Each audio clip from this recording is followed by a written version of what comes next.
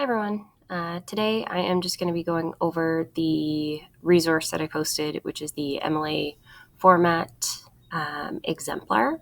So this is a paper and it has your student last name with a 1. So you can include that in inserting a header, which would be your name, comma, 1, and it'll create the page numbers for you. That is in header. Your first line is going to be your name, your full name, my name, Miss Haynes, and your class, which is English 10, and then your date. The title of your paper is the same font and the same size as the rest of your paper. So that's 12 times New Roman. Always capitalize your title. Don't be lazy. Use capitals. You are not like 5, so do it. Control and then, or shift, and then whatever letter it is, you can do this. So to begin, we'll discuss the format of the title page. This is the essay's body. It has to be written in Times New Roman font, double spaced. If it's handwritten, well, yours won't be because we're doing online school. So still has to be double spaced. You should have your name, my name, whatever we just went over. Each paragraph has to be indented ½ inch, an inch from the margins.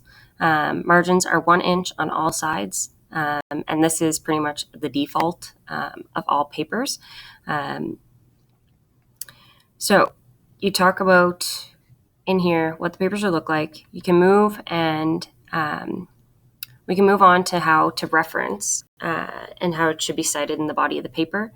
This is the example of the transitional statement, which links the previous paragraph to the new one. When writing the name of a novel, a play, or a collection of literature, you should write the name in italics. So for Lord of the Flies, it should always be in italics.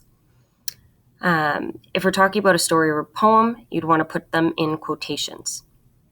We're not. We're talking about Lord of the Flies, so always in italics. So for example, if we were trying to talk about the importance of the house words in Game of Thrones to relate them to the characters in the house, you quote host Stark, so winter's coming. That would be in quotations. So anything that you're taking directly from a piece of writing that is not yours should be in quotations. After that, you're going to put in parentheses, the little brackets.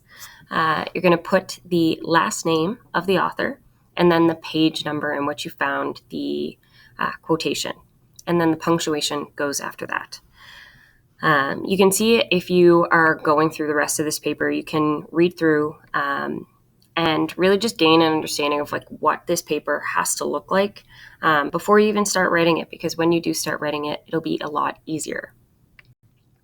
If we are taking a larger quote, which some of you might do, which is great, you're going to change how that looks in your paper. So it's going to be blocked off, so indented.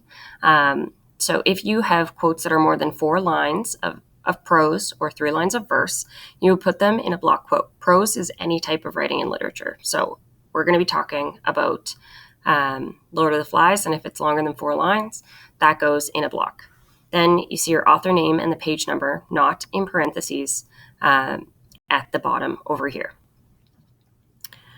After a block quote, you do not indent again, as it is not a new paragraph. Only indent on a new paragraph, and also never end a paragraph with a quote, ever. You have to explain the quote that you have just placed here.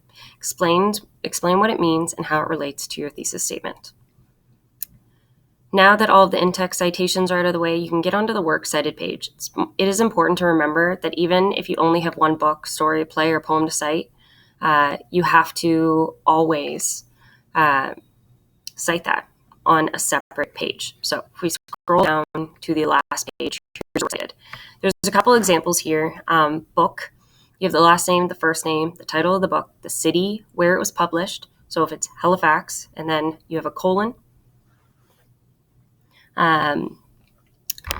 You then have the publisher, the year of publication, and then what it is. So print is the medium of the publication, so that's what you're going to write at the bottom. So you can see this example here. And yeah, that is the format of how I want this paper to look. So that's really all I'm asking of you. Please read through this entirely.